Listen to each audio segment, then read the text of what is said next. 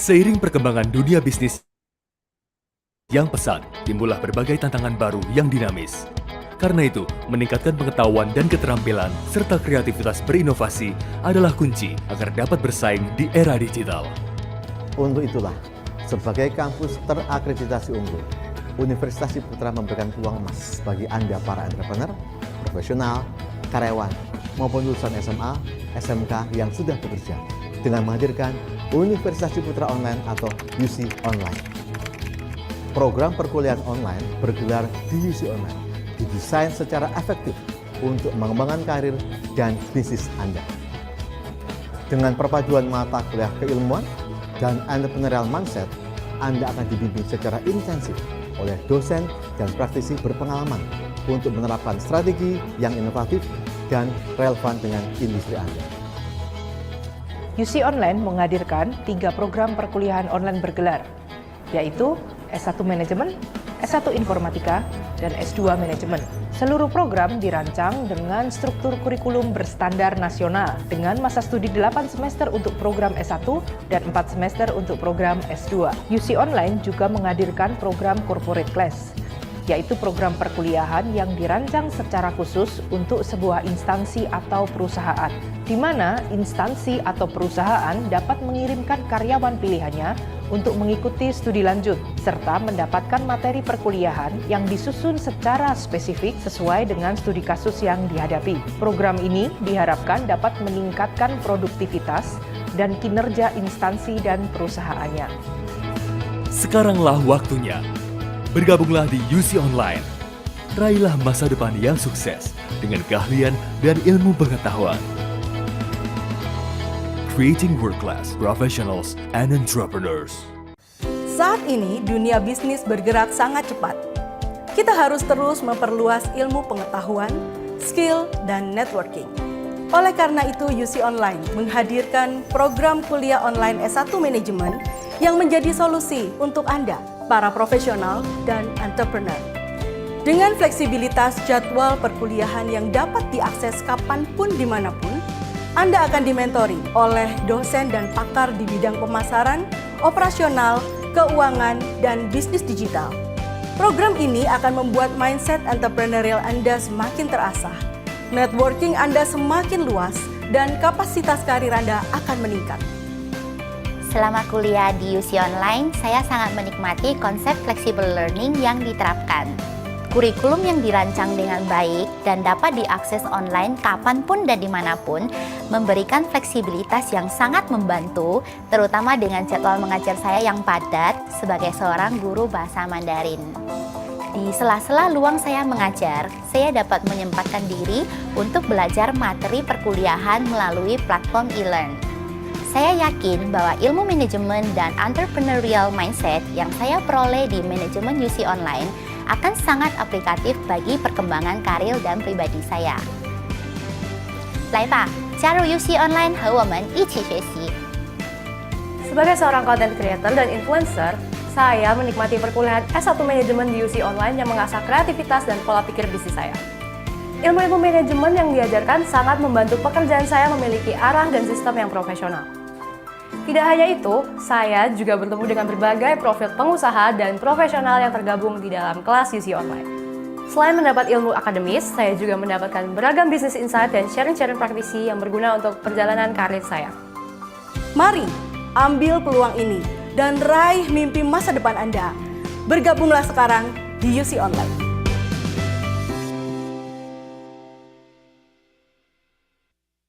Bagi Anda yang ingin bekerja sebagai web and mobile apps developer, network analyst, data analyst, dan digital entrepreneur, atau Anda yang ingin meningkatkan keterampilan baru di bidang tersebut, UC Online menghadirkan program S1 Informatika yang akan memperlengkapi Anda dengan berbagai ilmu pengetahuan seperti algoritma, pemrograman web, pemrograman mobile, database, jaringan komputer, keamanan jaringan, sains data, kecerdasan buatan, dan masih banyak mata kuliah pendukung lainnya. Nikmati kemudahan kuliah online dengan waktu yang sangat fleksibel. Permasalahan yang dikaitkan dengan aktivitas pekerjaan kita sehari-hari. Dan yang pasti, kita bisa kuliah sambil tetap bekerja. Hal yang saya suka saat berkuliah di UC Online adalah kita didorong untuk melihat problem sehari-hari yang terjadi. Kemudian membuat rumusan bagaimana kita menyelesaikan permasalahan tersebut. Hal ini menurut saya penting saat diterapkan di dalam dunia bisnis, karena insting kita untuk menyelesaikan sebuah problem sudah diasah sejak berkuliah. Berkuliah di UC Online membentuk saya menjadi seorang pebisnis yang kompeten. Didukung dengan ilmu IT yang terkini, kombinasi antara keilmuan dan pengalaman praktik bisnis menjadi paket lengkap yang saya dapatkan di Informatika UC Online. Materi-materi yang diajarkan di S1 Informatika UC Online sangat mendalam dan terkini, membawa saya lebih jauh dalam memahami dunia web development dan AI.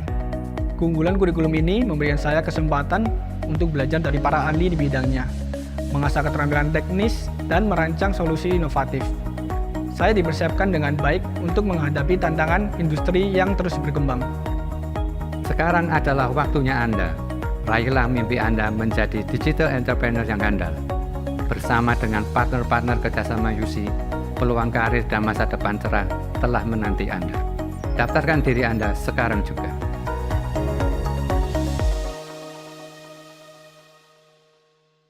Bagi Anda yang ingin meningkatkan kompetensi, terutama di bidang business consultant, chief marketing officer, intrapreneur maupun entrepreneur, sekarang UC Online menghadirkan program S2 Manajemen dengan sistem pembelajaran full online yang tentunya akan sangat memudahkan Anda untuk mengemban pendidikan di tengah kesibukan Anda. Terdapat 2 peminatan di S2 Manajemen, yaitu Strategic Marketing Management dan Strategic Service Management. Pada Strategic Marketing Management, pembelajarannya akan berfokus pada penciptaan strategi pemasaran yang disesuaikan dengan perilaku konsumen. Sedangkan pada Strategic Service Management, pembelajarannya akan berfokus pada penciptaan layanan yang prima dalam sebuah institusi sampai dengan bagaimana sebaiknya melakukan revitalisasi layanan dalam sebuah organisasi. Waktu perkuliahan UC Online yang fleksibel merupakan solusi bagi saya yang memiliki jadwal yang padat namun ingin tetap menimba ilmu di perkuliahan.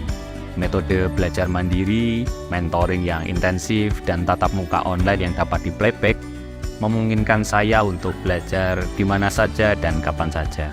Kualitas dosen di UC Online tentu saja sudah tidak diragukan. Pembelajaran di Magister Manajemen UC Online semakin mempertajam kemampuan dan pemahaman saya terhadap proses bisnis untuk menghadapi tantangan ke depan. Dengan studi kasus dan mentoring dari praktisi, membuat pembelajaran lebih aplikatif dan tidak sekedar teori. Berkuliah Magister Manajemen di UC Online adalah pilihan yang tepat bagi saya seorang wanita karir dan ibu rumah tangga yang mengurus keluarga. Jadwal perkuliahan online yang fleksibel memudahkan saya mengatur aktivitas sehari-hari dengan seimbang.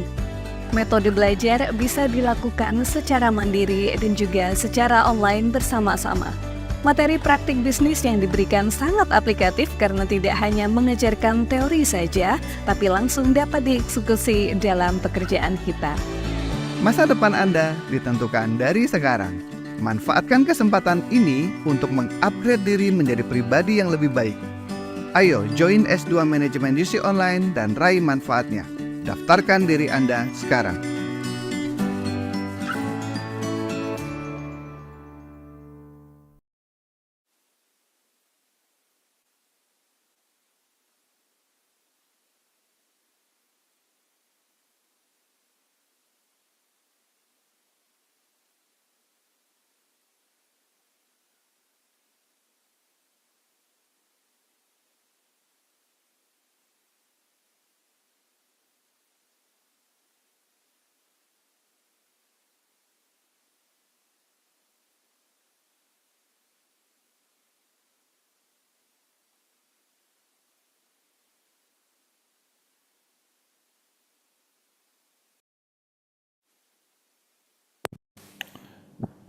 Okay, hello.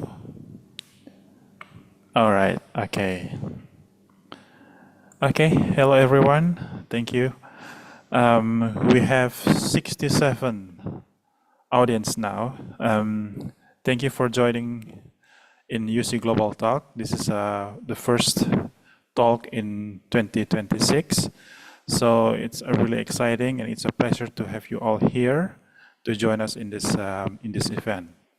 And my name is Joseph Daniel. I'm a lecturer, one of the lecturers at UC Online Learning, and I will be your master of ceremony and also moderator of the talk.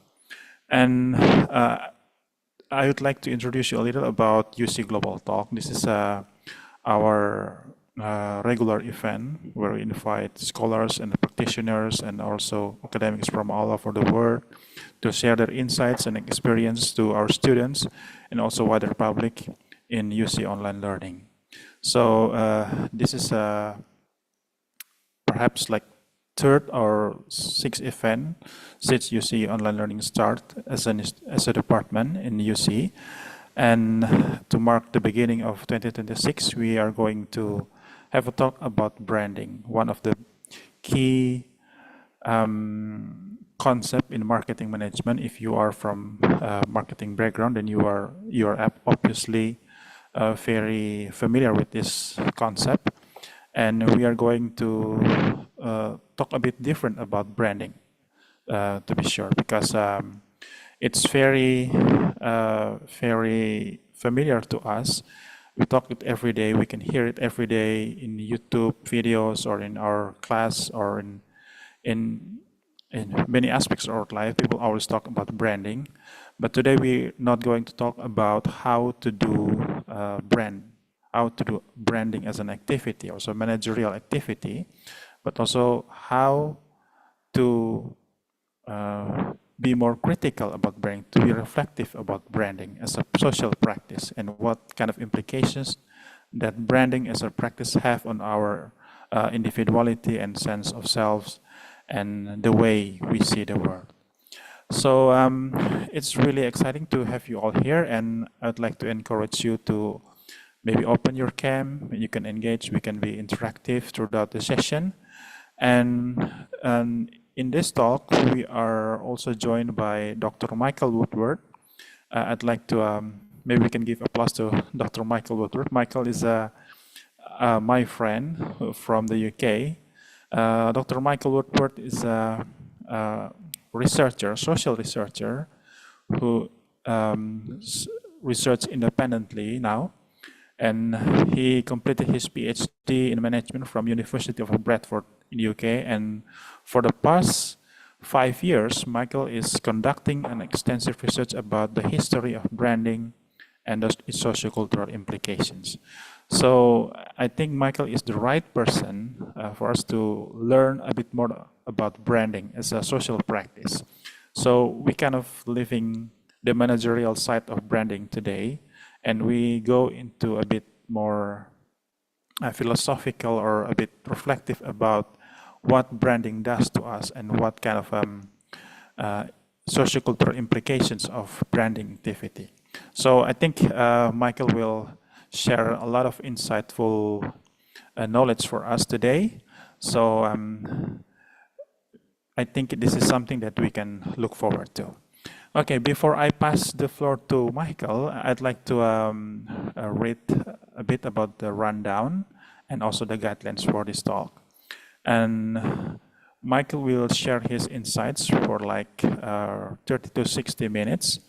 And then we will follow up by Q&A, where you can share your experience yourself. Maybe you are a practitioner or you are academics or the students. You can also share your perspective and comments about the presentation. And then we can have a discussion. Mike will generously share his insights and his critical perspective about branding. And then we can move to, before we close, we can take a group photo, and then we can stop the event. I'd like to encourage you to open your cam throughout the webinar, and also there will be a feedback form where you can give a feedback to us as an organizer of this event and how to improve the UC Global Talk in the future. Okay, I think that's all from me, and I hope you enjoy this talk. And now, please join me to welcome Dr. Michael Woodward to deliver his presentation. On to you, Michael. Thank you, and good morning. Do you have my audio coming through okay? Yes. That's good. Yeah. Okay, so I'd like to share my screen so that we can make a start.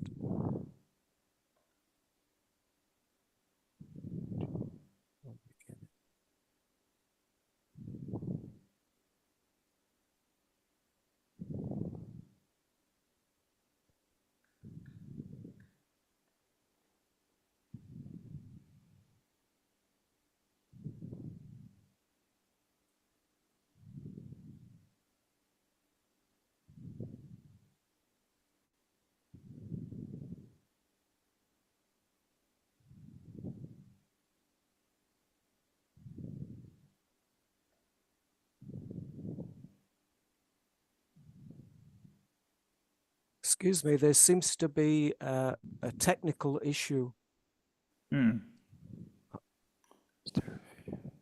I'll be with you shortly.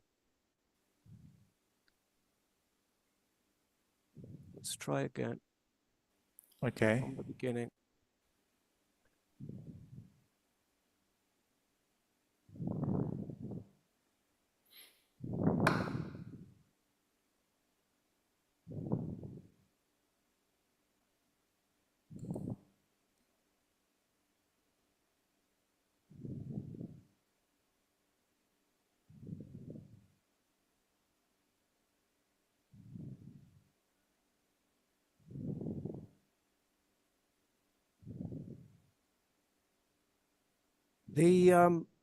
The screen is saying at my end that the picture cannot be displayed. Oh. Each of my slides is not being allowed to be displayed for some reason. So when I get to the title slide, you can see that okay, yeah? Yes. You can see my title slide. Yes. However, when I move on to the first slide, I'm seeing a blank screen. Are you seeing a blank screen also? Yes, it's a blank screen. So I don't understand why we're seeing a blank screen at this point, rather than my slides. Okay. Now, what I do have is I have another version saved of the presentation, so we can try to see if it's a technical issue with the particular save. Let me minimize the. See if I can share another screen with you. You see, we did do a test, didn't we, Joseph? And we found that there was no problem with the, but we didn't share beyond the title slide as it happens, which was unfortunate. But let me try once more. Okay, screen sharing has stopped.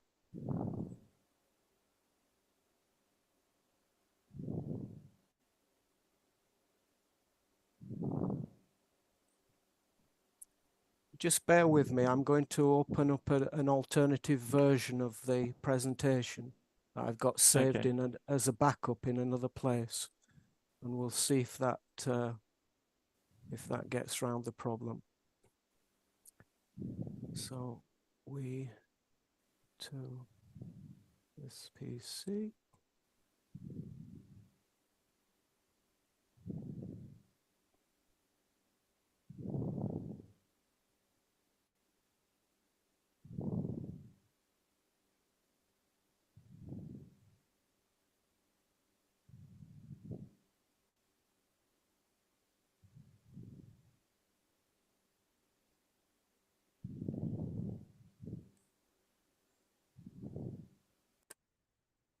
See, what I don't know at this stage is whether the problem is at my end or at your end, because I've never had this problem previously.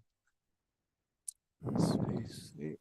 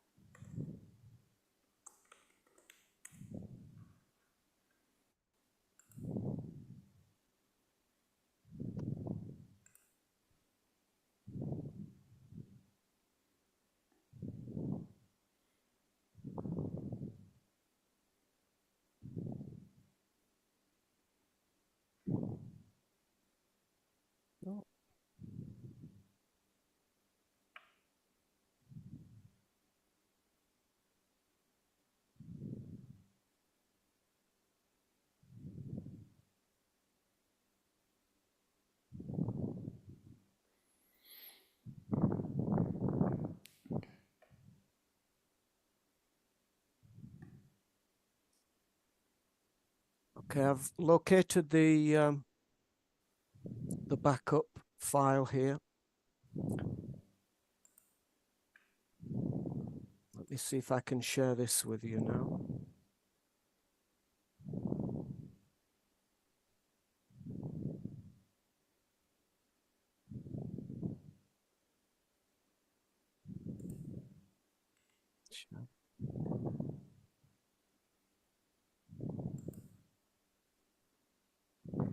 Okay, let's try again, Mike.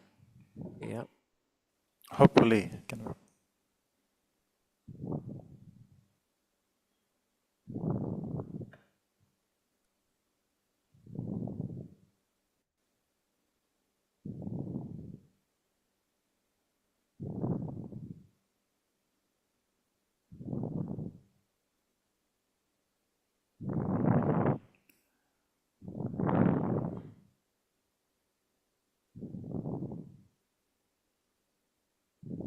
So you have my title slide now, yeah?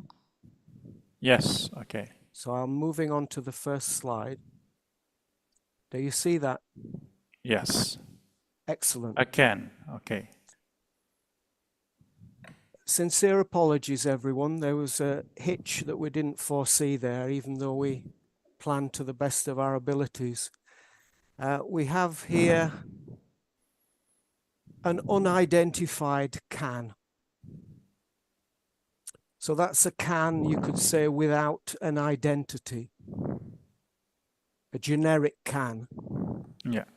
A can without a brand.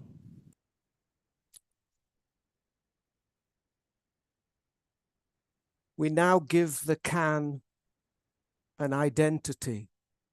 I understand that from looking on the internet, Campbell's soup does, or at least did, have a presence in Indonesia. Perhaps, Joseph, you can tell me, do Campbell's still have a presence in Indonesia on the market? I never heard of it. Okay. Well, this is a huge American soup brand, over a century old, perhaps the preeminent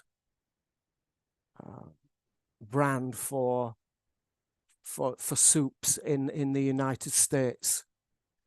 And it's become something of a phenomenon,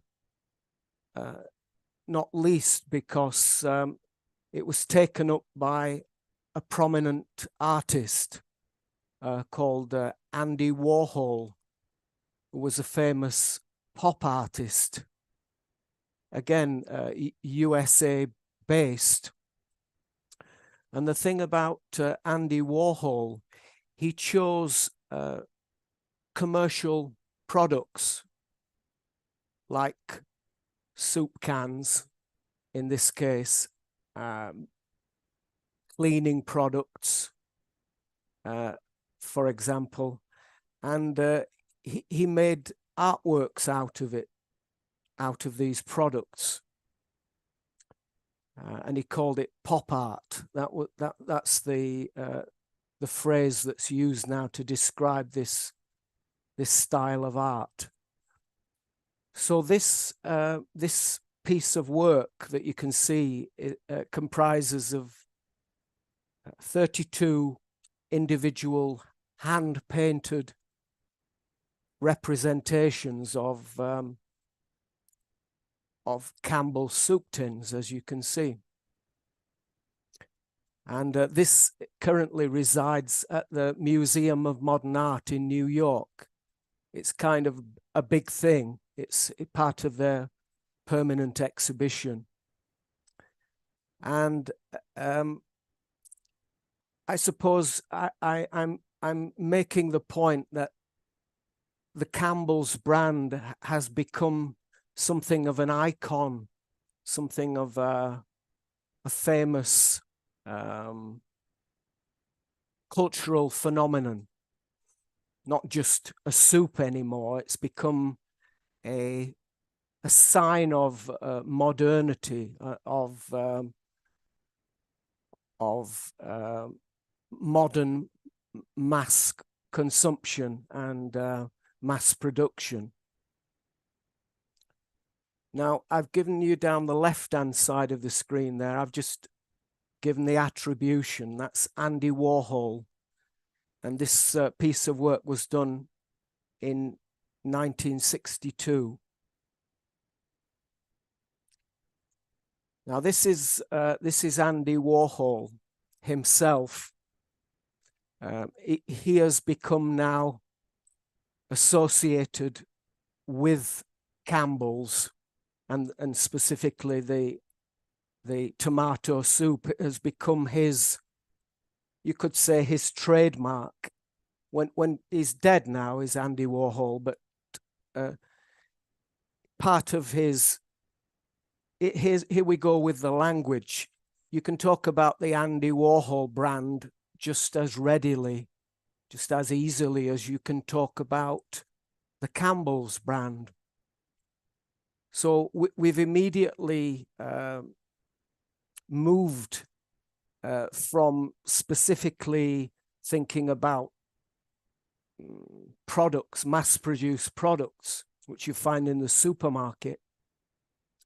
And we've moved into the idea that a person, in this case, an artist, can also become a brand. And interestingly, the Campbell's brand has become synonymous or equal with Warhol.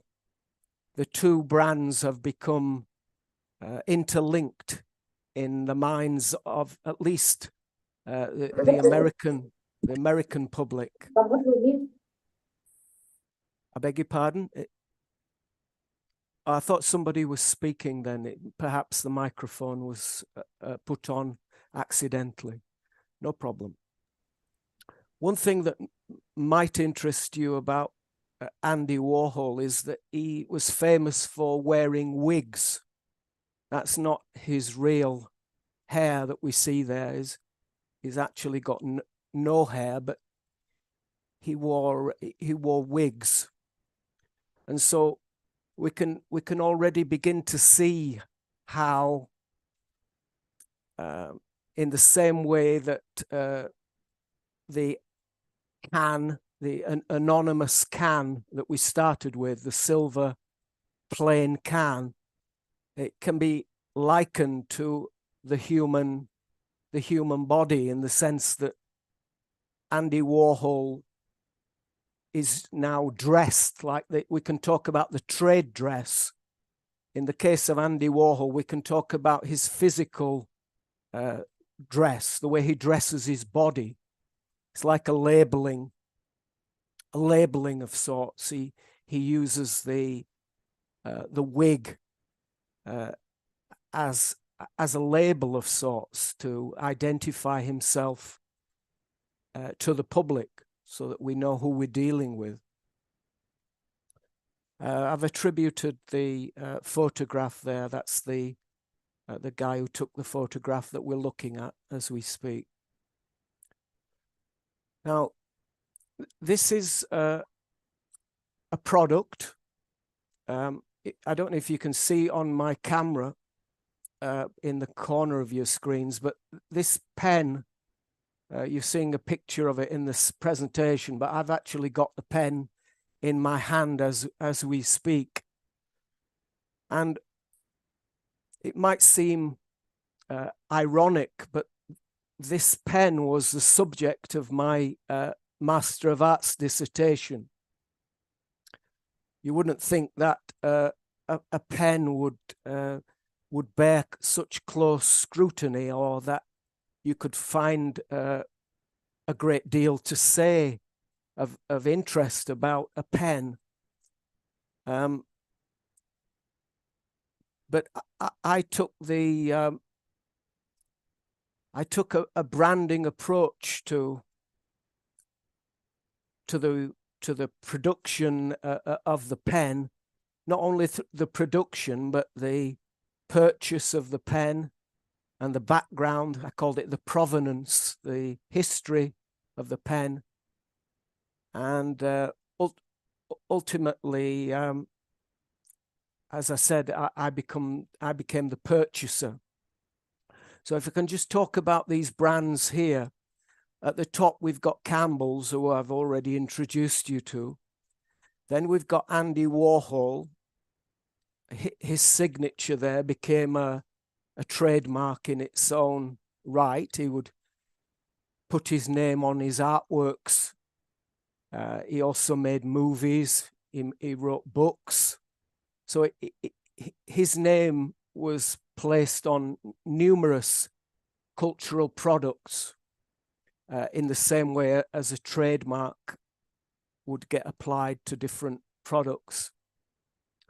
Acme Studio is the company that make the pen. Schmidt is a German ink and cartridge maker. They make the cartridges that go inside the pen that I've just showed you. The Andy Warhol Foundation for the Visual Arts are the organization that look after Andy Warhol's legacy. They promote his image and the authentication of his artworks. If there's any dispute about the genuineness of a piece of work, the Andy Warhol Foundation will research the piece and determine whether it's a genuine Warhol artwork or whether it's a copy or a fake. Now the Home, which is the next brand, is I don't like to call it a shop, but it's more like an art mill where you can buy products and see works of art.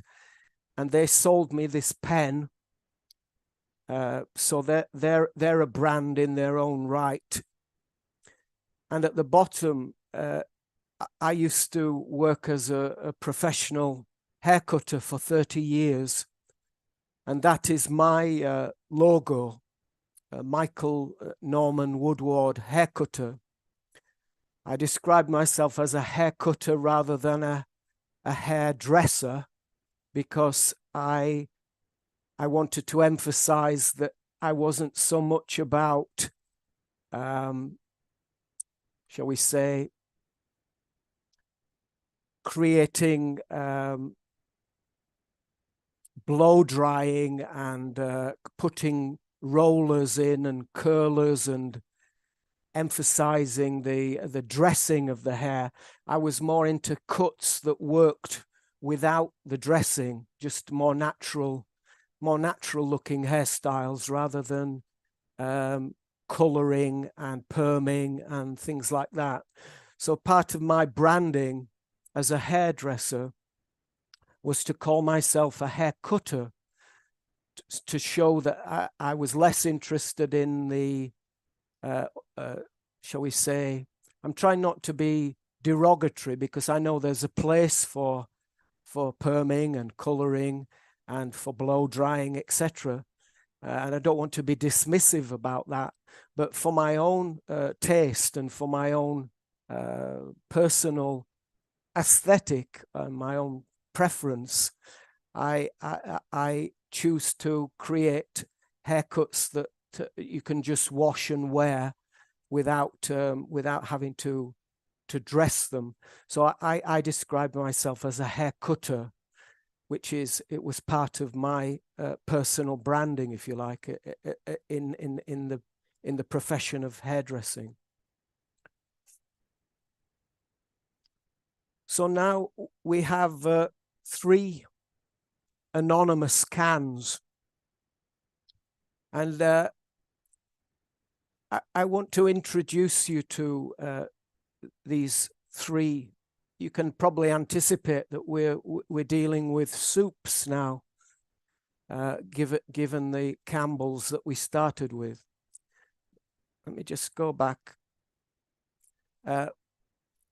Now, this brand is called X's. It's a fictitious brand. It doesn't exist in the world. I've created it for the purposes of this presentation. And I can tell you in advance that there's going to be an X, a Y, and a Z. These are the three brands that I'm going to share with you. So I've chosen the name of the soup, XCL. That's a complicated word. I didn't even know the word myself until I began to put this presentation together. So I've put in brackets this Xennial word. It means hospitable. I don't even know whether I've pronounced it correctly. It's Xenal. Your guess is as good as mine as to the actual pronunciation. But it means hospitable, it means friendly, it means warm, it means homely, and that kind of association. So thinking about branding, we might think of the I'll call it hospitable because it's a more friendly word than the X word. But you might think of green as a color that one associates with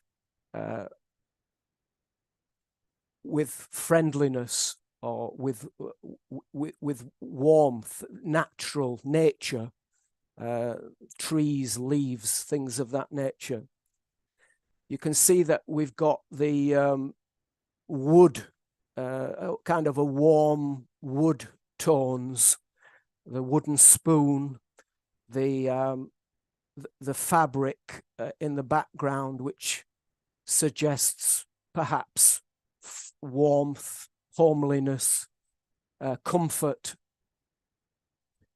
And then finally, we bring in a person. I've strategically not revealed faces in this presentation, but you can see we're already looking at skin tones. We're looking at gender, perhaps. We might be inferring gender from the body. And we're looking at choices of clothing, what this person has put together. And so we're linking the soup, we're contextualizing the soup, if you like. We're putting it in a world rather than seeing it as just an isolated product. Now, I want to move now to why soup. Now, again, a fictitious brand based loosely on the Campbell's font or the lettering. So we now think about what we might associate with youth. We've got, again, the isolated soup. I don't know whether anyone has ever seen a blue soup. I don't know whether a blue soup exists in the real world. But in this world, in the world of this presentation, we've got a blue soup, suggestive of youthfulness, blue sky, freshness. And we contextualize it by looking at a modern, fresh environment, contemporary furniture, bookshelf, modern looking spoon, and perhaps Scandinavian furniture, light colored wood tones. And then we've got, as you can see, a white-skinned individual about to eat his soup, dressed in call that a sweatshirt in English. I don't, you'll have a word for it. And sorry, I'm hearing I'm hearing voices. If you could mute your microphones, that would be helpful. It's just a bit distracting when I'm hearing voices. But I'm just introducing you to the guy who's eating the youthful soup.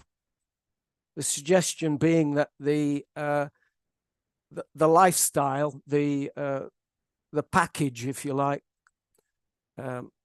relates to the soup. You've got a whole world emerging from the product.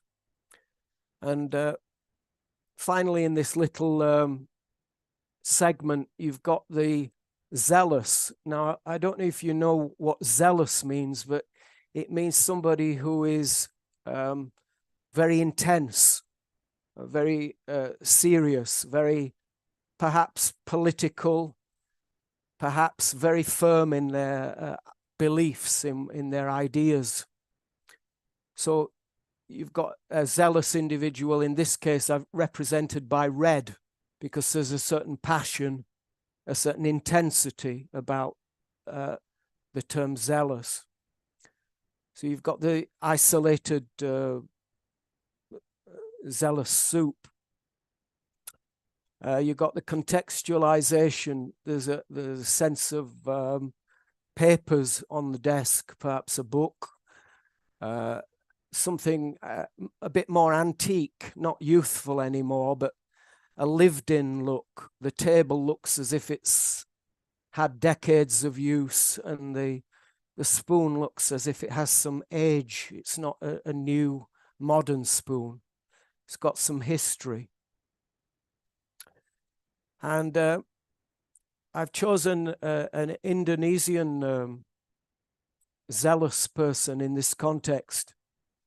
And I think she's a female, and perhaps has a military relation based on her clothing. She looks as if she belongs to the military, and she's kind of more interested in her books and her reading and her studying, because she's what you might call a zealot, someone who's very intense and passionate about her beliefs and her cause. So her soup is going cold while she reads about the cause or her philosophy or what she's trying to achieve in life. So we've briefly looked at three soups, and that's a summation really there. We have the colors and the spoons associated with those three soups: the hospitable, the youthful, and the zealous soups. That's the reminder.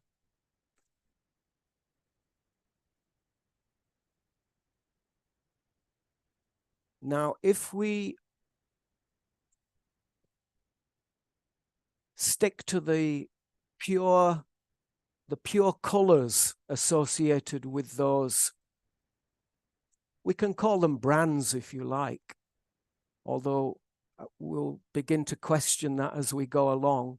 But let's call them brands for now. And let's just think about, instead of a label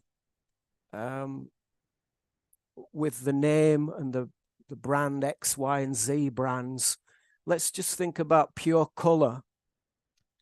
And let's see what happens when we spill those pure colors, those brands, and we begin to see how they intermix and how they combine to create more nuanced and more, shall we say, synthesized colors rather than simply pure colors. It's more of a synthesis of different. So we see the practitioners among you will realize that perhaps we could be talking about co-branding here, where I showed you all the different brands associated with the soup earlier. Similarly, we can see how different brands each brings their own colors, or each brings their own color, and then these combine to create this combined brand, if you like, a more complex offering that has different associations and colors. And then you see that what started out as the hospitable brand, the green brand, is becoming infected, or you wouldn't say contaminated, but you can say influenced by the other colors that it's been associated with.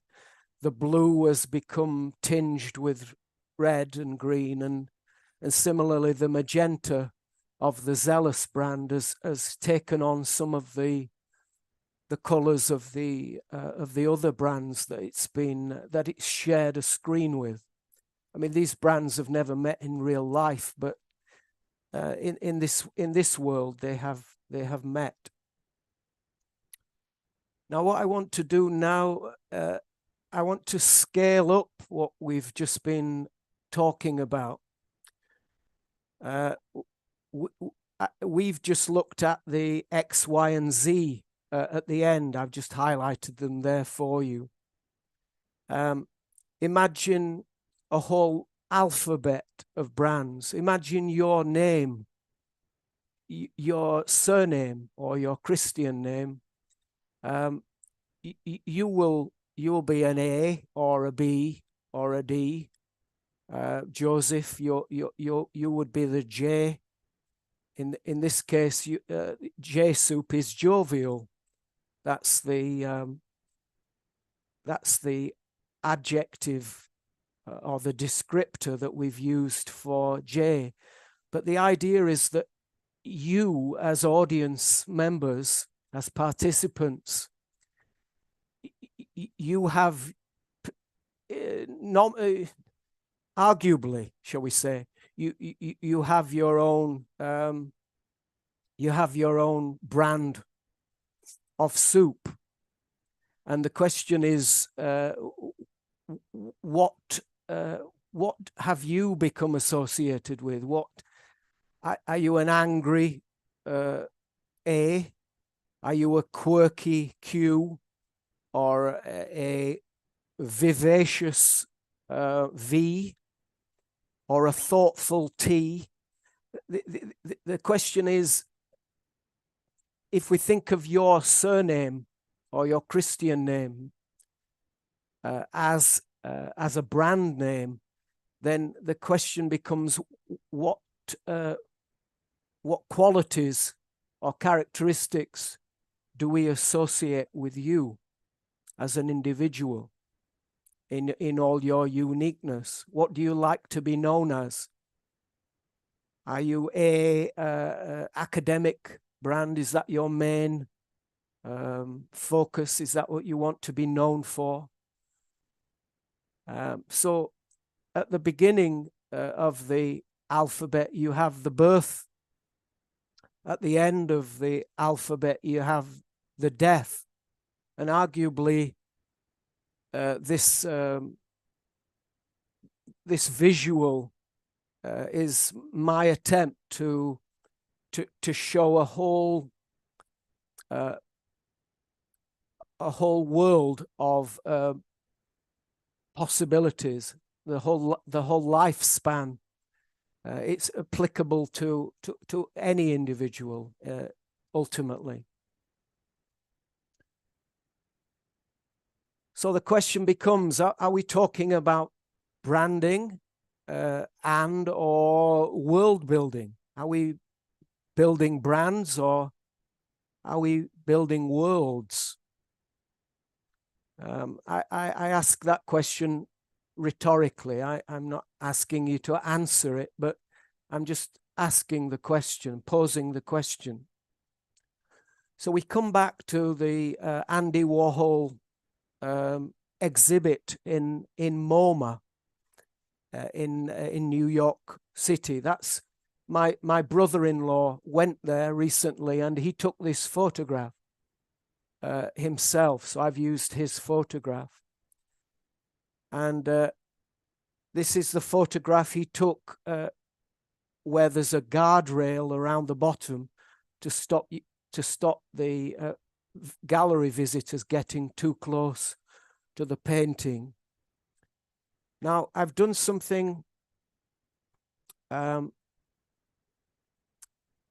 potentially interesting here. I've brought the characters who I introduced to you earlier. I've brought them to New York City, and I've put them in front of the put them in front of the Warhol exhibit, and I've given them a motif or a brand on each of their backs to indicate the hospitable, the youthful, and the zealous Supes as represented by the spoon. Now, the thing I want to share with you is that even without these brands, if you like, the logo of the soup spoons, we've already we can already think about the clothing and the skin tones as already identifying the person, even without the overt logo. So even on the basic, we've never seen their faces, and we still don't see their faces, but we've already begun to get a sense of them and what they stand for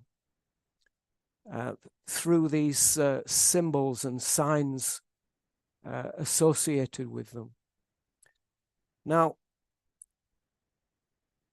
we can't read his mind, but take it from me that this guy is looking at the beef broth soup. That's what he has in his sights. That's what he's looking at this moment in time. Similarly, the youthful guy is looking at the tomato rice soup, and the zealous person. Now, there's something very fishy going on here. Something very unorthodox and strange is going on here. I think we need to highlight. I think we have something very strange going on here, because what she's actually looking at, the zealous person, is not Campbell's soup, but she's looking at Woodward's Characterizing soup. We've actually got an imposter. We've actually got a forgery that sneaked into the Warhol exhibit. A soup that doesn't actually belong in the world, in Warhol's world. This is someone that has sneaked in by secretly. Now, I've purposely shown you the translation in your own language for what the subtitle of the Characterizing. It does what it says on the tin. This is important because if we're going to ask about branding and characterizing and what does characterizing mean, we need to begin to ask questions. And the question I'm inviting you to address is, let's just read the slide.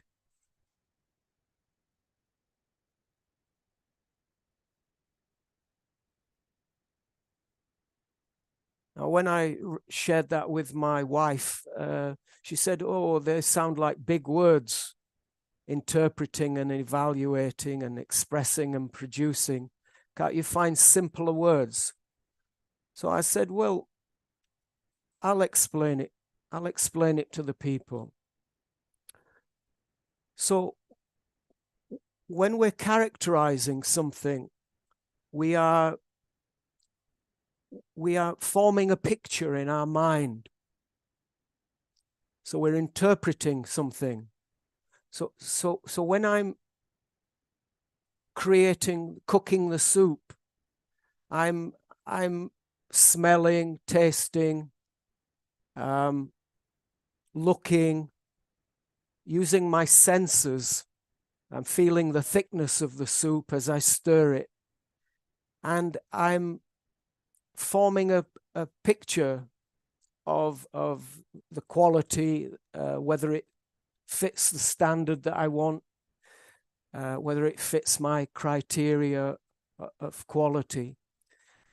And I'm also characterizing when I'm producing the soup. So I'm tasting my own product as I'm making it. I'm cutting up the vegetables, doing active, productive things, and I'm also interpreting the emerging product as I go along. So the characterizing is not just after the event saying, well, this is a good soup, or we can call this characterizing soup.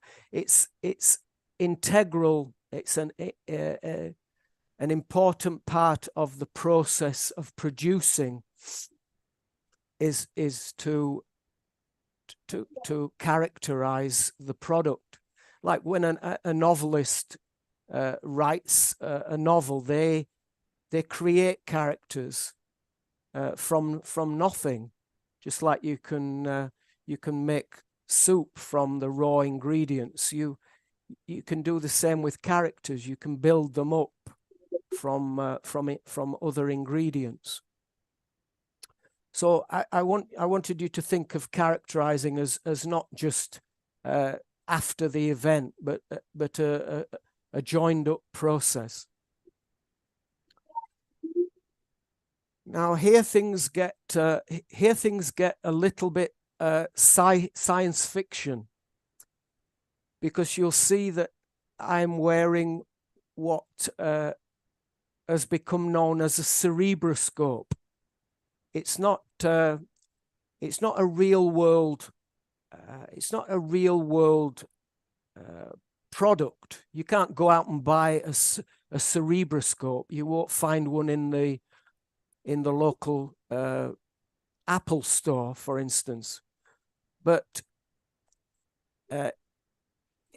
in this paper, which I'm just referencing.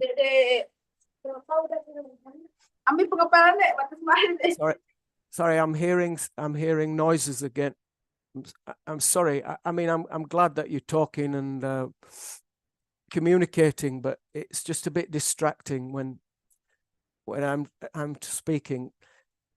So here we've got the paper where I was introduced to the idea of a cerebroscope. You can take a screenshot if you're interested. But in that paper, there's a picture of the cerebroscope, and the idea is that it can read your mind. Not only that, but it can read what you're tasting, what you're touching, what you're smelling, and what you're hearing.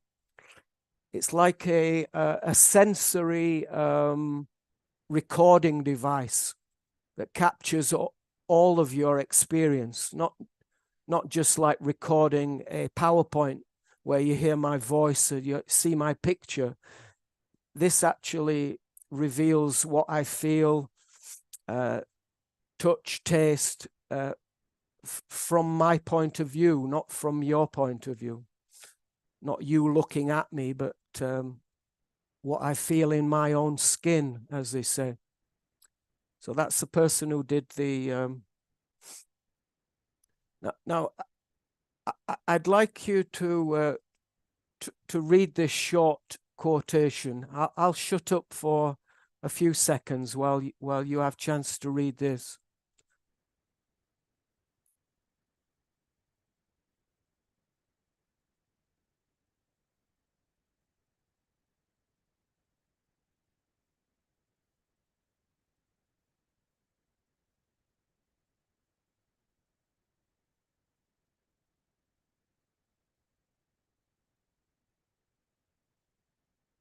Now, these words were written by a famous neuroscientist, Anthony Damasio, or Antonio Damasio. I don't quite recall his Christian name, but is a well-known neuroscientist who is of the opinion, and has been for a long time, that we will never know what the other person thinks and feels unless they tell us, unless they, in my terms, characterize their experience and share what they feel. So I shared that quotation because I wanted to make it clear to you that the idea that we can have a surveillance society and that our essential personalities and characters can be known through data, through algorithms, through AI. This is a very questionable conclusion to reach. And I take some comfort from the idea that ultimately we have aspects of us that remain private, that remain inaccessible to surveillance or to data gathering. There's a sense in which we have an essential privacy. Yes, we can look at our consumption choices, we can look at our Google searches, we can look at our choices of books and movies, but in terms of what we actually think and feel in the privacy of our own hearts and minds, that remains a private sphere. And I take some comfort from that.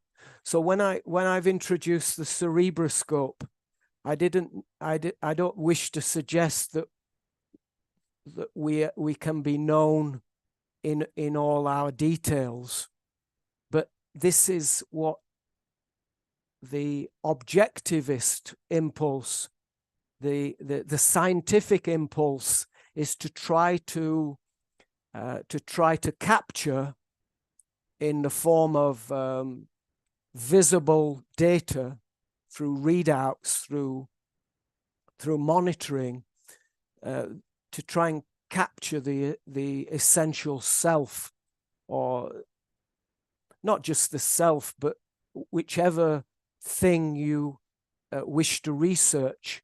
The objectivist impulse is to know the object in its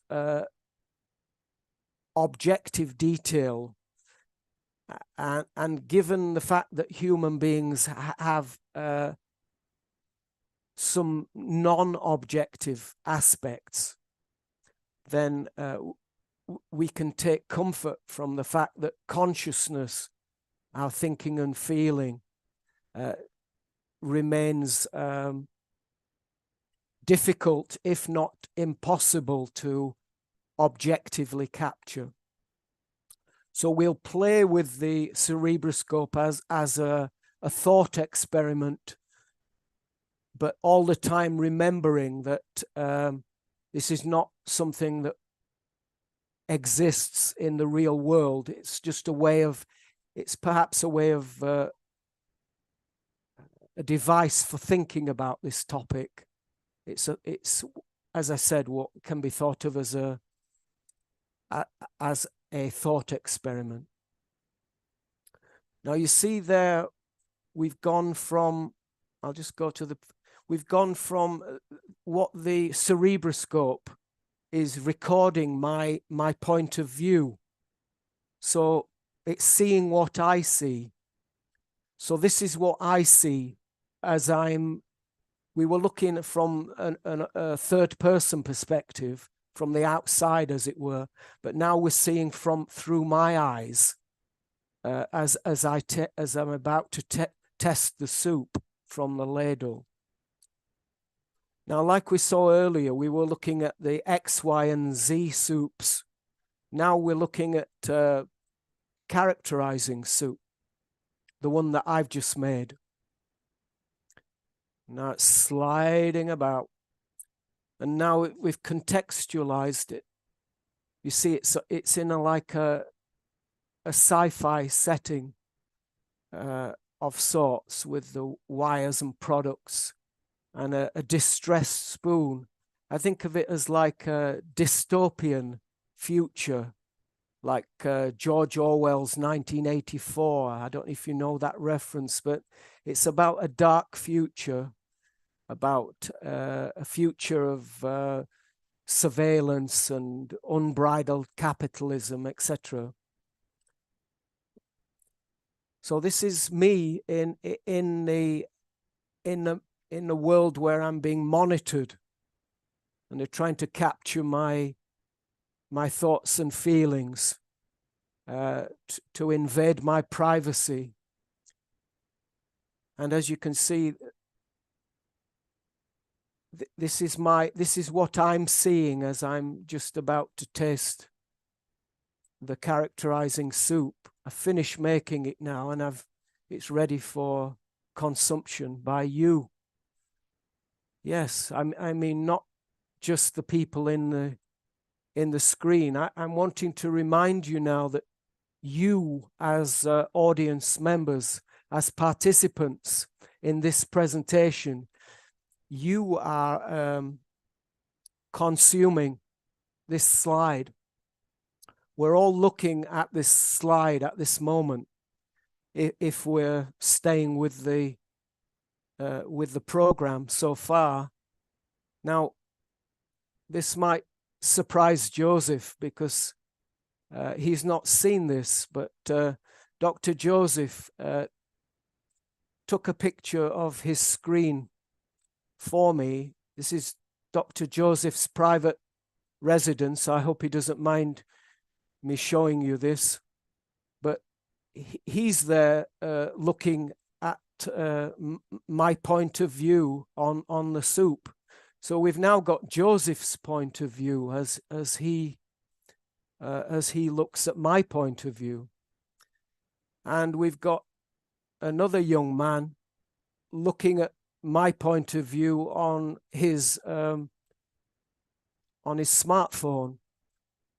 So we see that we've got his point of view now on my point of view. And similarly, we've got a young woman in her student accommodation, and she is looking at at my point of view from her point of view.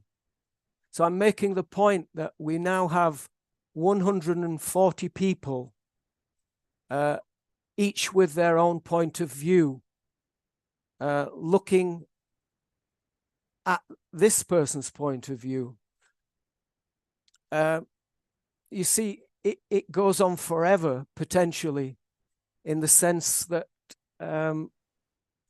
we're trying to record someone's point of view, and yet their point of view automatically becomes our point of view. We don't have direct access to their point of view. It becomes what we see. And so it may seem a kind of obvious point, but the idea that we think we're all seeing the same phenomenon, but we're actually in our own micro environments. We're each in our own micro environments looking at this point of view. So I'm just really questioning this idea of the objective point of view. Now, this is where it gets, for me at least, it gets really quite interesting, because we're going away from the individual in their own microenvironment, and we're reintroducing our characters from earlier. And they're all tasting my characterizing soup. They're all being recorded. For example, we'll start with the guy on the left. We've highlighted his point of view there. And that's his point of view, the guy on the left. But we see that it was already a limited. Even this is limited. I've shown you a wider point of view.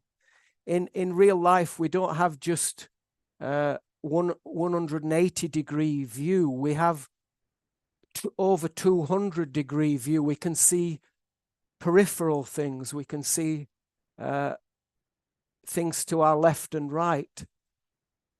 So this attempt to capture a point of view is on a little square screen is very limited, and it doesn't tell the whole story, obviously. If we see, this is the middle guy's point of view. This is a wider version of the same, but again, it's still, even though it's wider, it's still less than real life. And now we look at the Indonesian woman's point of view, the larger one, and ultimately we see what they can see now. If we're looking now from the perspective of the guy in the middle, he's just looking forward and seeing the screens. Now, this is perhaps the key slide, because we've come to the concluding moments now of the presentation. We think we've been talking about branding, characterizing, soup. Now, I'm inviting you to think of the S of soup as referring to settings and spaces. So think about the domestic context in which we saw X, Y, and Z. Think about the MoMA, the Museum of Modern Art in New York. Think about the steel table that we've just been looking at with the cerebroscopes. Think of the Dr. Joseph's domestic setting, where he was looking at my point of view on his screen, and the other two the other two people whose points of view on the smartphone and on the PC. So we've been looking at settings. We've been looking at organisms, and by organisms I mean living creatures, living things. We could have been looking at animals. We could have been looking at animals consuming pet food. I know that some of you are interested in the pet food market. So we're not just interested in the human consumption or human characterizations. We're talking about what dogs can make of products, whether they like them or enjoy them, and how we present those products, how we characterize them. Now, the U stands for how the settings and the organisms become united. That means joined with, like collaborating or becoming a group, a unity. And ultimately, we can think of all the different props that we have. The spoons are like props. We can think of clothes as props, tables. And so I'm actually inviting you to think in terms of like movies or novels, where we talk about the set in a movie, and we're talking about characters in a movie, and we're talking about the props in a movie. That's all the different objects that the characters interact with. And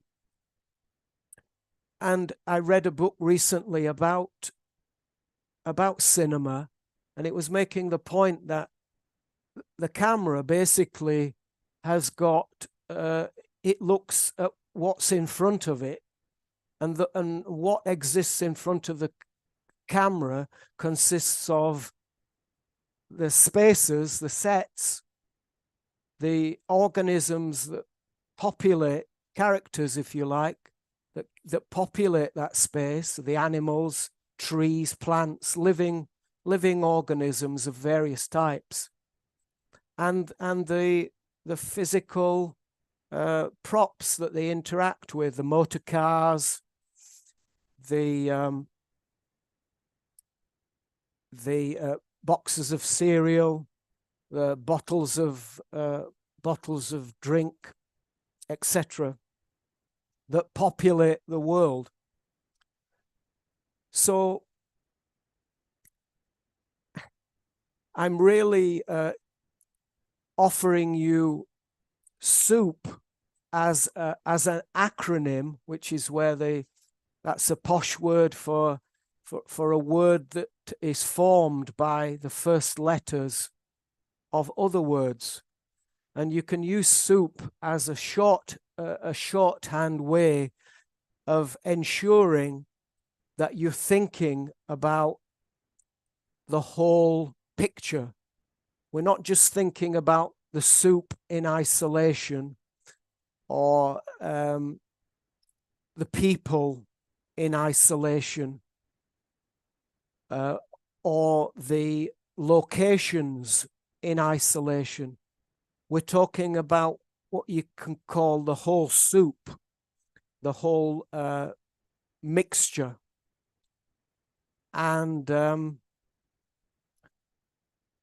ultimately, I'm inviting you to think of yourself as a cook of sorts. We could talk about a brander if you wish. You know, this is why I said branding and or characterizing, because it depends on the vocabulary you choose to use. But I'm inviting you to to consider at least that it's possible to think of oneself as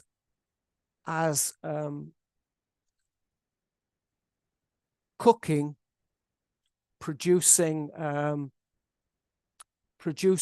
a soup.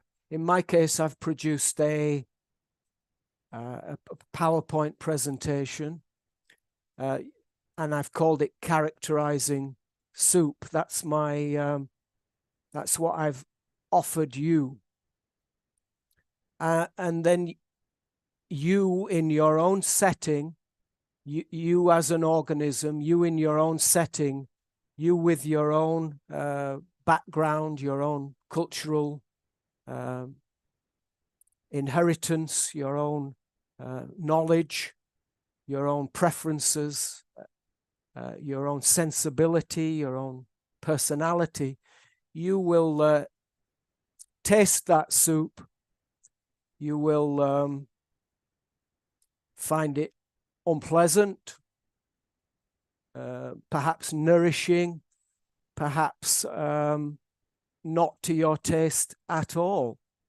You might see it as quite irrelevant. But this is what I have had to share with you. This is my offering, if you like, to you, and I share it in humility, not assuming or expecting you to celebrate it, but I'm sharing it in an open spirit, and perhaps we can discuss. This is my hope, that we can perhaps discuss.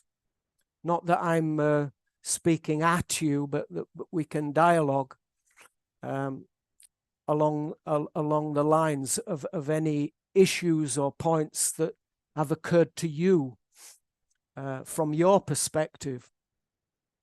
Because I think your perspective has as much validity as my perspective. I think we all have a unique point of view. Not just a point of seeing, but a point of feeling, a point of hearing, smelling, tasting, touching, and providing we value that uniqueness that we all bring, rather than celebrating some soups to the exclusion of others. I think we have the potential to create new worlds which are not just about celebrity and about gaining market share or clicks, but about valuing the individual perspective, not trying to aggregate people into market demographics, but to really honor the uniqueness, the colors that each individual brings to the table. So it's in that spirit that I release the spirit of characterizing into the world, into the world we're creating now between us. And I'm really not ending so much as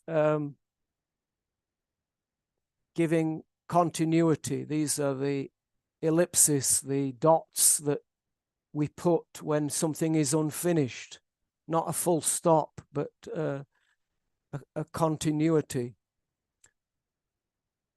So if anybody specifically wants to follow up on characterizing, those are two. You could screenshot that now if you wish to grab those, because they are key texts which will flesh out. There's only a few pages to look at. You don't have to read the whole text, but these are references that contextualize what I've been sharing with you, perhaps go further than what I've gone today. So with that said, I'll stop sharing my screen and come back and join the group. Okay, thank you very much, Michael. A very compelling and very interesting presentation that you have got for us this evening in Indonesia. I think it's morning in your time. I think I've got a question, and I'm sure the audience also had a question for that, and what you've just presented to us. And while we are giving a space to our audience to formulate their questions and share with you, I'd like to perhaps give maybe this is not an attempt to summarize everything, but what I got from seeing your presentations, and I think one of your emphasis is on the constellations of objects and organisms in a specific settings, that each object, each organisms has their own point of view, and they have their own brand, or how they are branded to other people, and how it is viewed by people in their own background, their own point of view. It's a very complex constellation, I think, constellations of object or system or settings. And I like to think of that as the word of branding now, that when we go outside, when we go to a mall, for example, or shopping mall, we can see a lot of products and constellation that is put strategically or just organically, something like that. And it's all of those things try to say something to us, and we look into this kind of settings and we interpret them in our own ways. So it's a very interesting thing. I think it's a bit philosophical, but it's really interesting about how we view brands and how we're going to interpret a marketplace, how we view a market, to think about branding as something, as a component of this kind of setting. So please correct me if I'm wrong, Michael, but I think this is really interesting. Interesting way to what you just presented is really interesting way to look at branding. So I'd like to give opportunity to our audience for all the participants to give questions, or do you have any comments? Please just raise your hand, or you can type on the chat box, or you can open mic and introduce yourself and just ask and give your question to Michael. Okay, is there anyone? Please feel free to. One thing I would say, Joseph, is that I'm not specifically looking for people to ask questions, although I'm happy to answer questions. But I'm interested in opinions.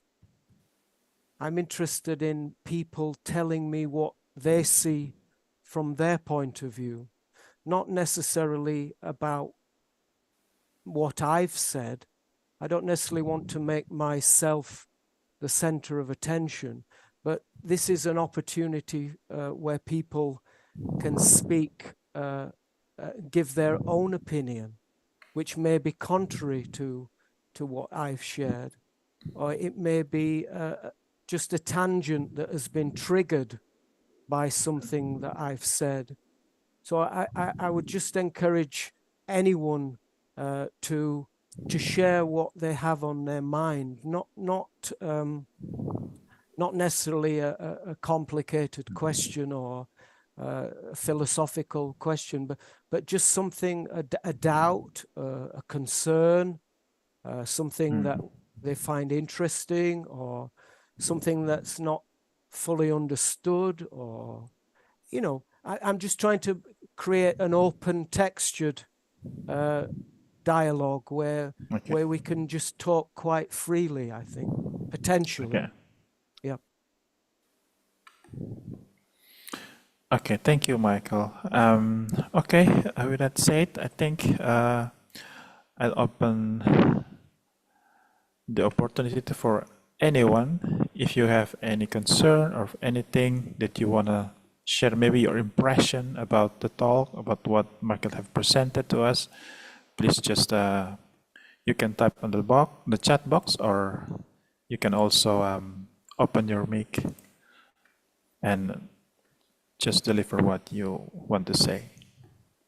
Okay, we have Pak Fadilatul Lailik. Okay.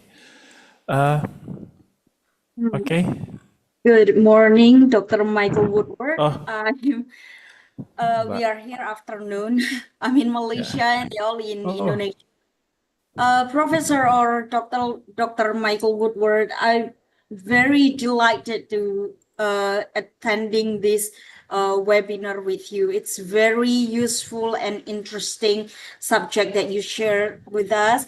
And I heard that you don't want any complicated question. You just want to know what our opinion after hearing from you after what you teach us all today. And I want to maybe share my opinion that you asked us that we ourselves have to create our own soup from like the capital from our name, for example. Is that correct? Like, for example, my name is from L. You can call me Laili, and I would like to make a soup like that called Lovely Soup.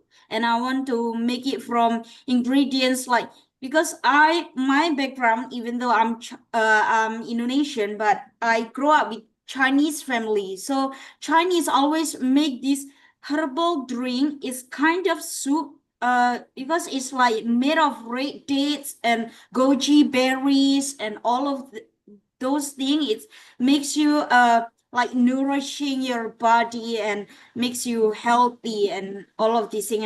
And I would like to call this a lovely soup. Yeah. Maybe it sounds point. delicious. Yeah. Yes, doctor. So, doctor, I just want to know that you, as independent researcher, is that correct? And from your presentation today, Professor, is this what you're doing every day? Is this your part of your research on doing branding for some companies, or like what did you do in every day, your occupancy? Thank you, Yes. doctor.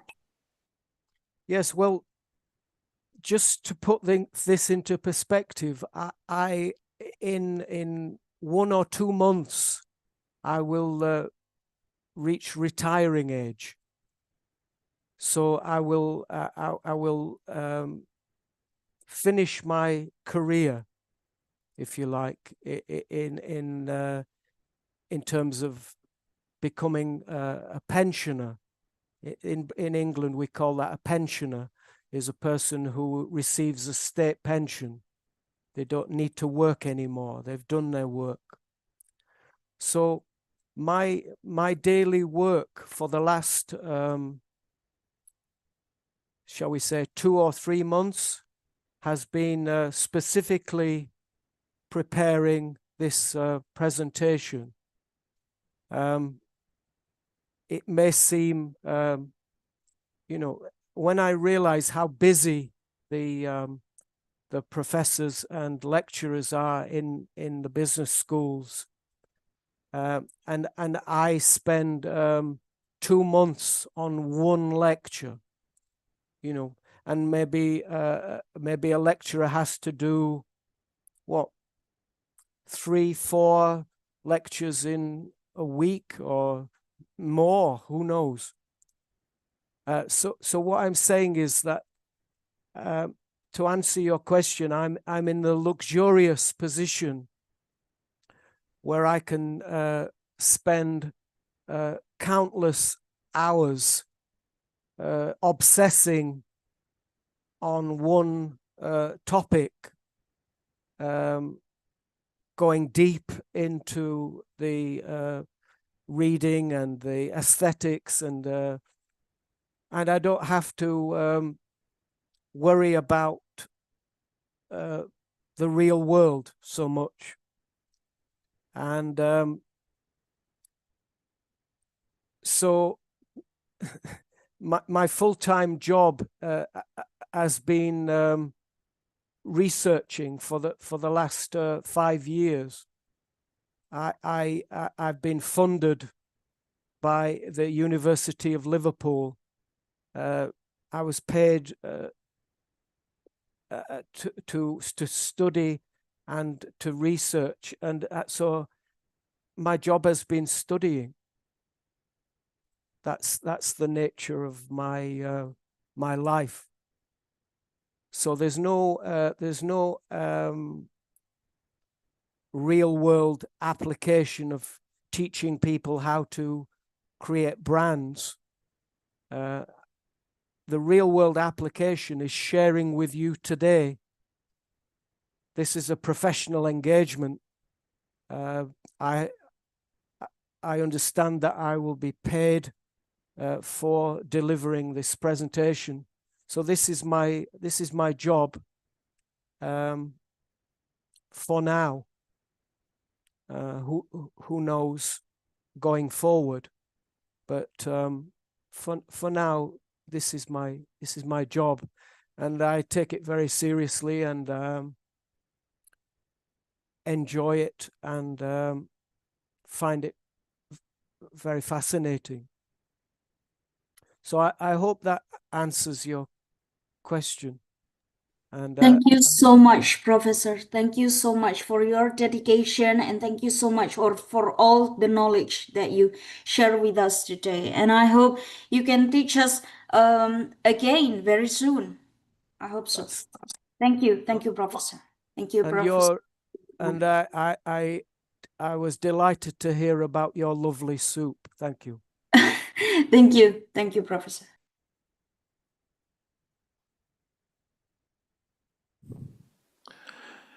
Okay, thank you, Bu Laili. Perhaps any other participants who want to share their opinions or any thoughts, feel free to just jump in. Okay, we have Pa Alfine here in the chat box. Okay, I'll read the message. Hello, Dr. Michael Woodward. My name is Alfine Fahmi Aziz, AF, from the International Business Management Program.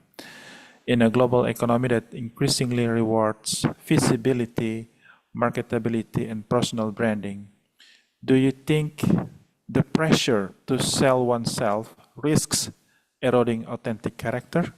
And how can young professionals critically resist becoming mere commodities while still remaining competitive in the global market? What a perfect question. Okay.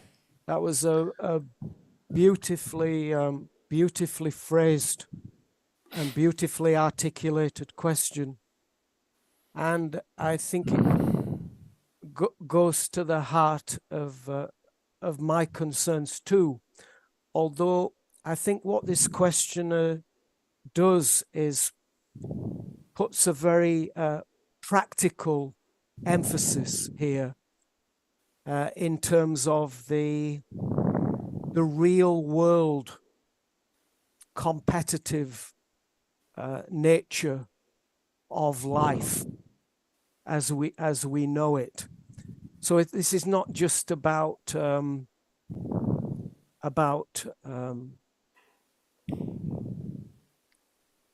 philosophy and about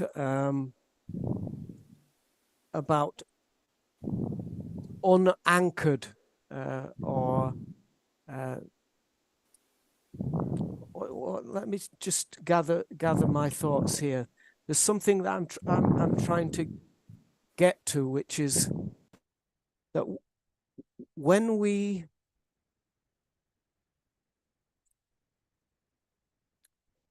do presentations such as this, we don't have to be mindful. And I remember when we talked with Dr. Theo, we had a similar conversation. We were talking about how, sorry, there's someone literally banging on the door of my apartment as we speak, but I'm going to ignore that for now if I can.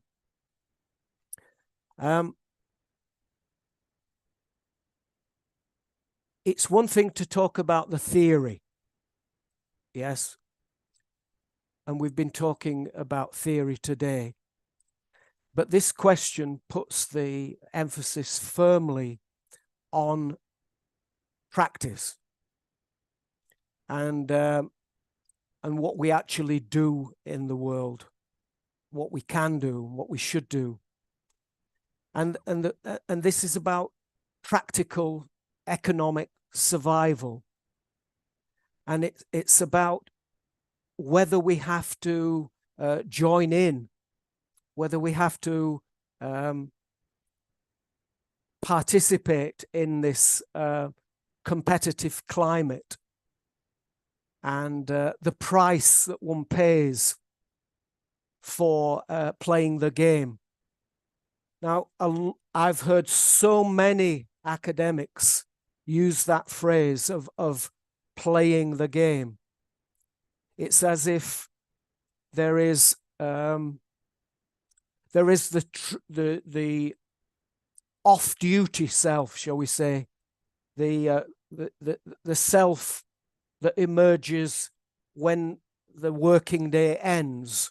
Some people think of themselves as the 9-to-5 working self, and then the social self that kicks in at the end of the working day.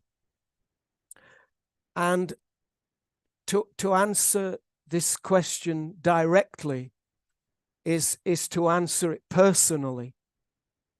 And this is what I've said throughout my presentation today, is I've put an emphasis on the individual's point of view.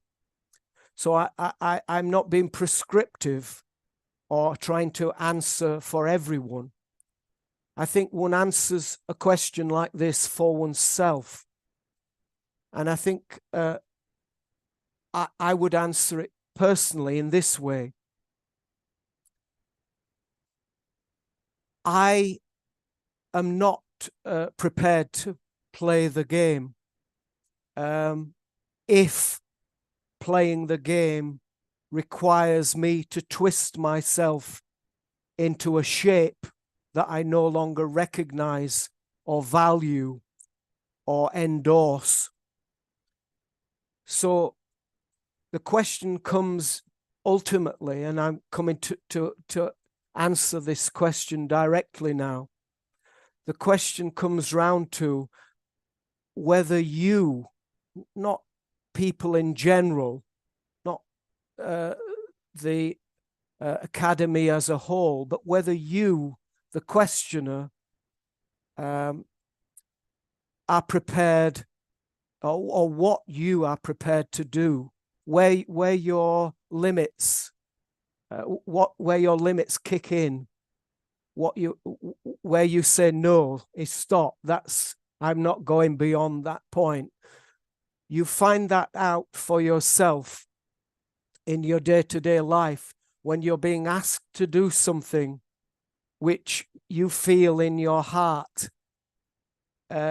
goes beyond what feels ethically comfortable to your sensibility.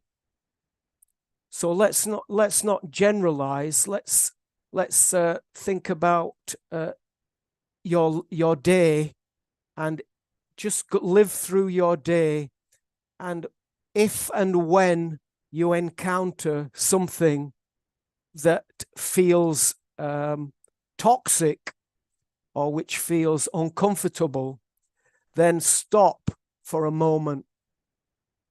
And if you have the confidence, articulate that discomfort, and at the very least, make a note of it, a mental note or a literal note, and talk when you get home or talk to your trusted friends and work it out. Because my feeling is that this is a cumulative effect. If you allow these minor infringements and contamination of what you call your true character, or the kind of world you want to live in, if you progressively, incrementally, one by one, allow these incidents to occur unchallenged, you will find yourself in a world that you neither recognize or endorse, and you will be being paid a large sum of money, perhaps, and you will be supporting your family, and you will be ostensibly, on the surface, you will be a successful person, and you will have achieved status within a company. You'll become a managing director. You will have become a marketing director.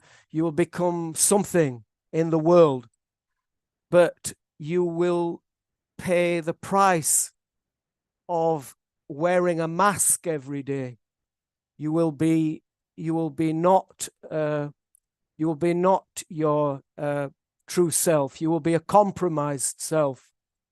You will be a corporate self. You will be a self that you begin to possibly dislike. You will lose respect for yourself because you have compromised. You will have sold your soul. You will have sold your birthright, your true what God gave you, your essence will be lost. And that's the price. That's the price that you will pay. But you have to win that freedom every day through the decisions you make, through the choices you make on a day-to-day basis. If you allow people to push you around, if you allow people to impose things on you which feel uncomfortable without challenging it, you will pay the price for sure. And some people commit suicide. Some people have nervous breakdowns. Some people become clinically depressed. Some people get stressed.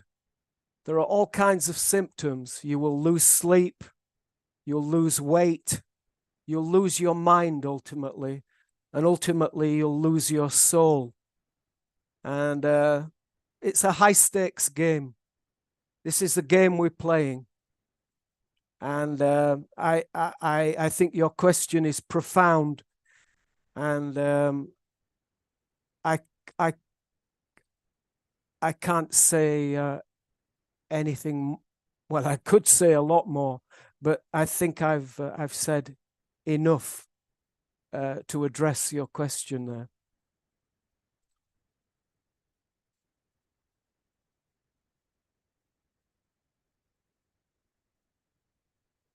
Okay, thank you, Michael. Okay, Dr. Alfine says, thank you very much, Dr. Michael Woodward, for insightful and thought-provoking response. I truly appreciate the depth of your perspective, and it has given me clearer understanding of the importance of balancing personal branding with authentic character development. Thank you. Okay, thank you, Pak Alfian. Perhaps anybody could jump in or say anything about the thing that we have discussed. I think we have talked a lot in terms of branding and also how the critical aspect of personal branding, the implications, the effects, and everything. I will welcome everyone if anybody wants to jump in and ask questions or share their thoughts. Feel free. I have a question for the audience, if I may ask this question. Okay. Do we have anyone in the group who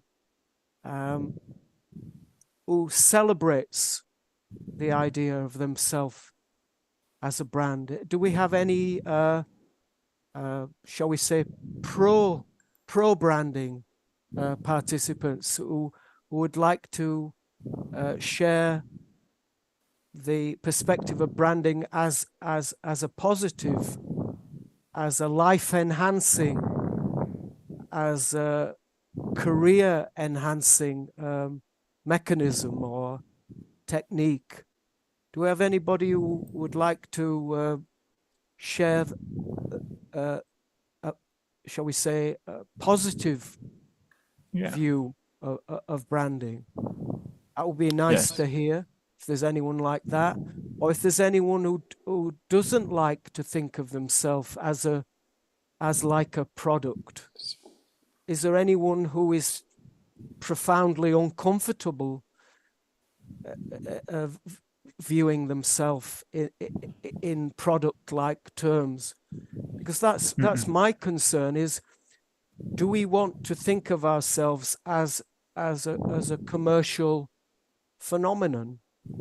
Is that comfortable? Is that a comfortable way of thinking about ourselves?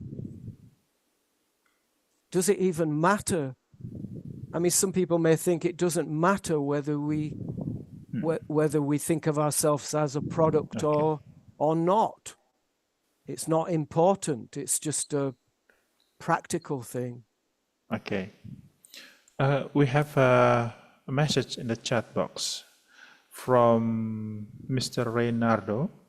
Hi, Dr. Woodward. Thank you for the sharing. Thank you also, Dr. Joseph, for reading my text. Sorry for not open the cam and only texting due to some connection problem. Insight that I got today is a good branding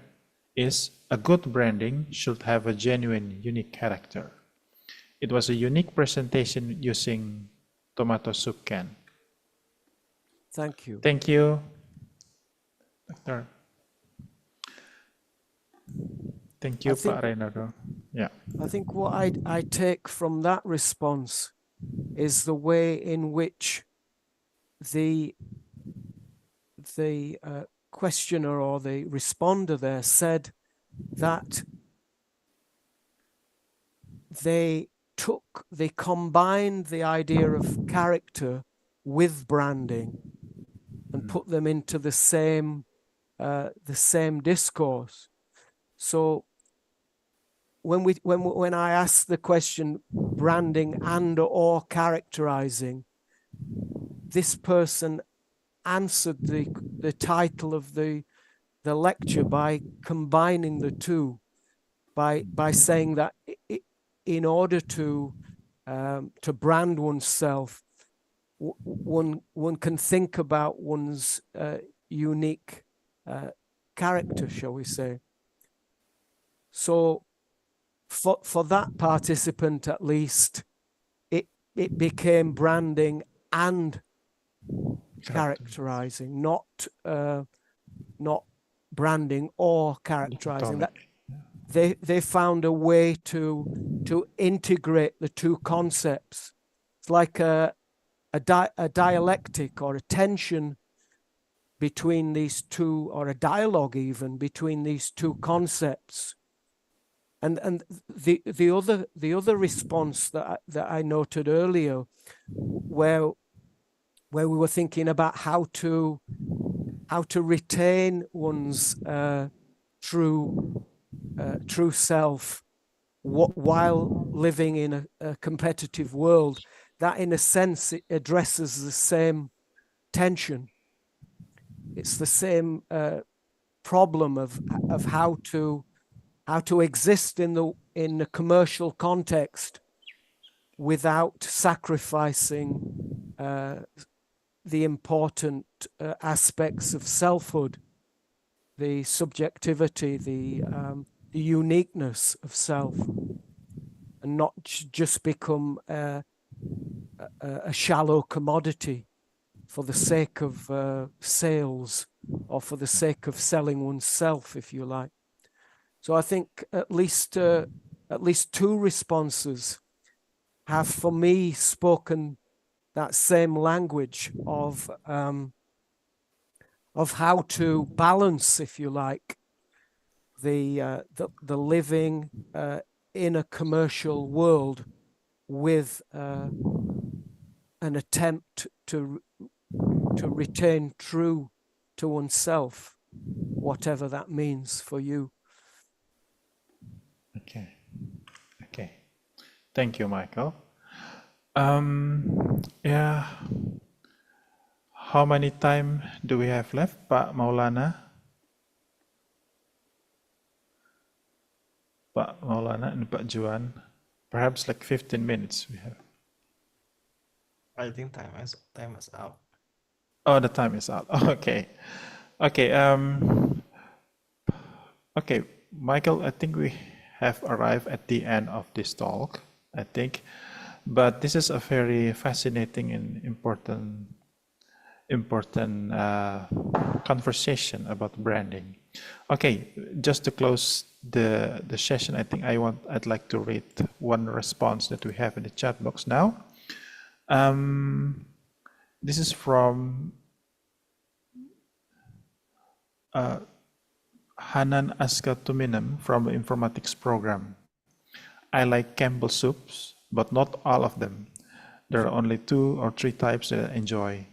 The reason is that usually buying 3 types is much cheaper than buying just 1 type.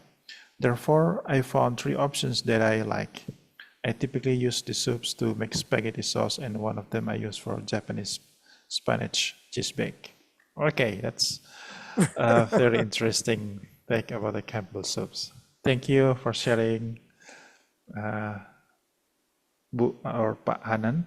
Thank you. Thank you. Thanks for the smile. Yeah. Okay.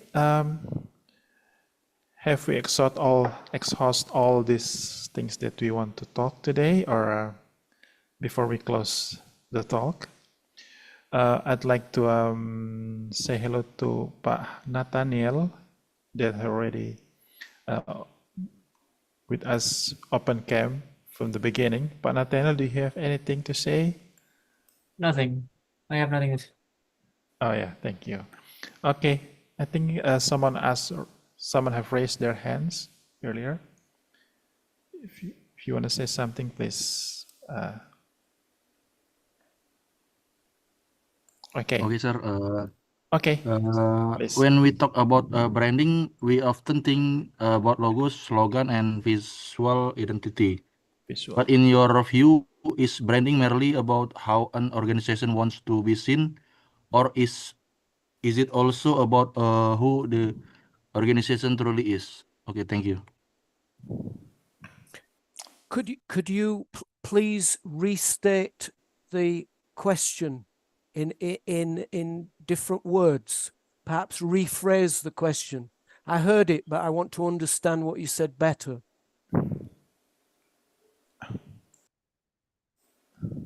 Okay, I will typing in chat maybe, sir. Thank you. Let me just address the question as I understood it. It's a question of, it relates to the 2 previous questions in this. Let me see that. When we talk about branding, we often think about logos, slogans, visual identity. Yeah. And there was some more coming there. I didn't get the end of it. But let me address it to the extent that I think I understood it. There's a sense in which it is branding about simply telling the world through slogans, through branding communications, what we stand for, some snappy strapline, or the word slogan was used, or does it have to do with communicating the essence of the organization? This is the same kind of issue that we were talking about. Are we just playing to the market? Are we just saying things that we think the market want to hear to get into the door, to get into the market? Or are we starting from the basis of what we genuinely believe? Are we building on our felt experience, what we actually think and feel? Or are we just in business to make business at any cost? That seems to be the heart of the question. Are we being just expedient? Are we just saying what we think people want to hear to get the sale? We'll say whatever will get us the job, whichever algorithm will trigger the response that we want, we'll use it. Through market research, if we use the word, this slogan, it will get us so many sales. I think that's the point. Is it just about pragmatic getting the sale, or is it about a presence, the company's presence in the world as what they truly believe, even if that means less business, even if it means more niche market, even if it means they go out of business ultimately. That's the irony. Are you prepared to, this is what we came to earlier, are you prepared to, if you're a shoemaker, are you prepared to make shoes that you don't endorse, that you know are not good quality? Are you prepared to sacrifice your standards as a shoemaker to survive economically? These are existential questions that you have to answer for yourself. Are you prepared to compromise, or are you going to stand for what you believe, even if you have to suffer and have to do other work, because your true beliefs are not valued by the market? These are existential, important questions that each company has to answer for themselves. The degree of compromise that they're prepared to make. That's my perspective on that question. Yeah.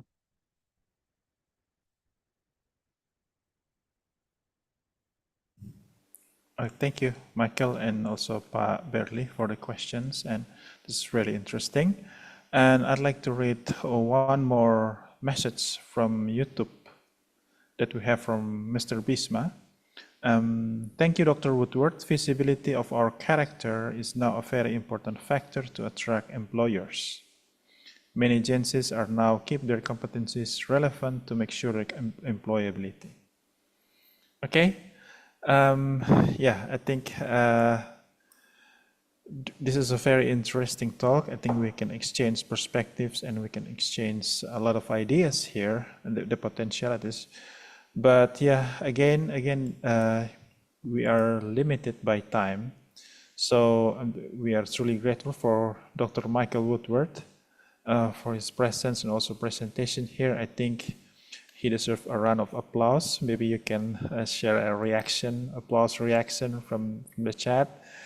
Thank you, Dr. Woodward, for your presentations. It's really enriching and thought-provoking, challenge us to think about branding.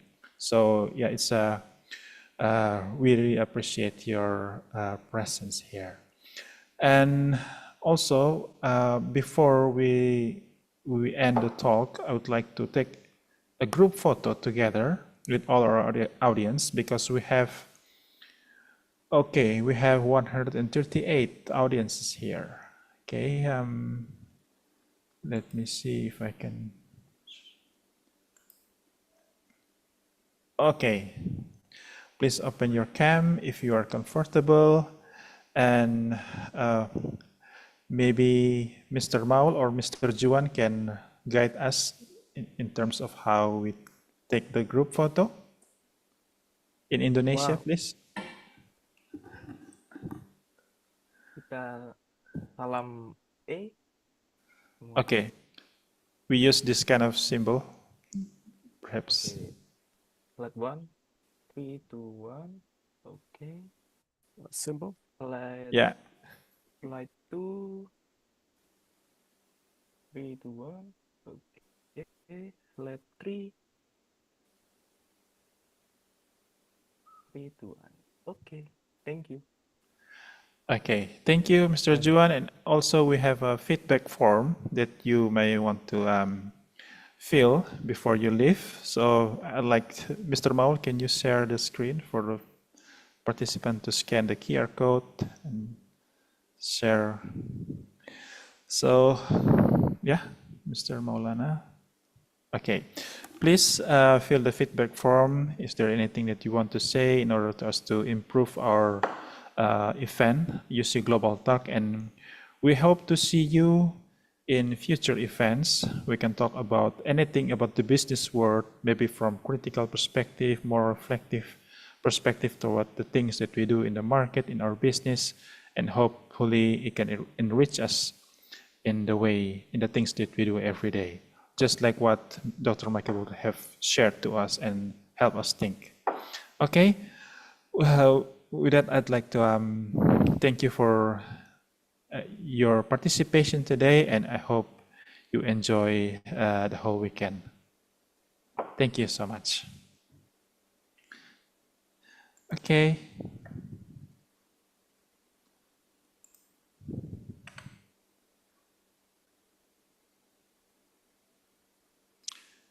Okay. Thank you so much, sir, for your new insight. Thank you. Izin live, Pak. Ya, terima kasih.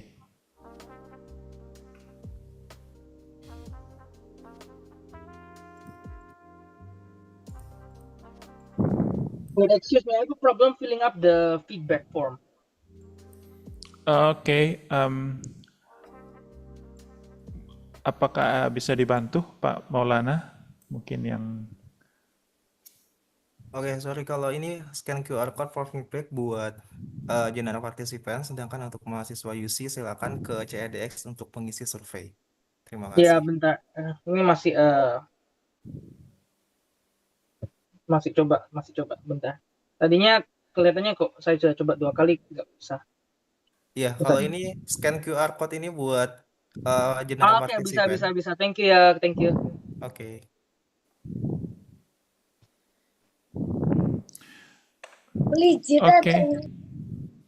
Okay, Michael, thank you very much, Michael. It's a really interesting.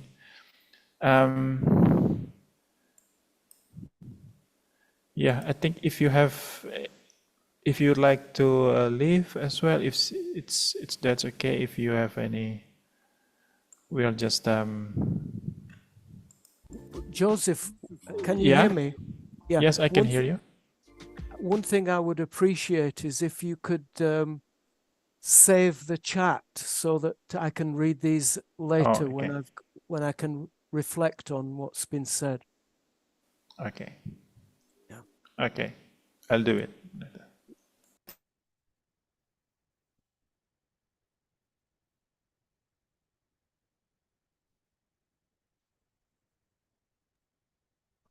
Thank you, Pak Joseph. Thank you, Mr. Michael Woodward. Thank you. So, Joseph, I've no idea why we had the technical problem. I don't know what went on there Yeah. at all. Yeah, it's okay. Things like that happens.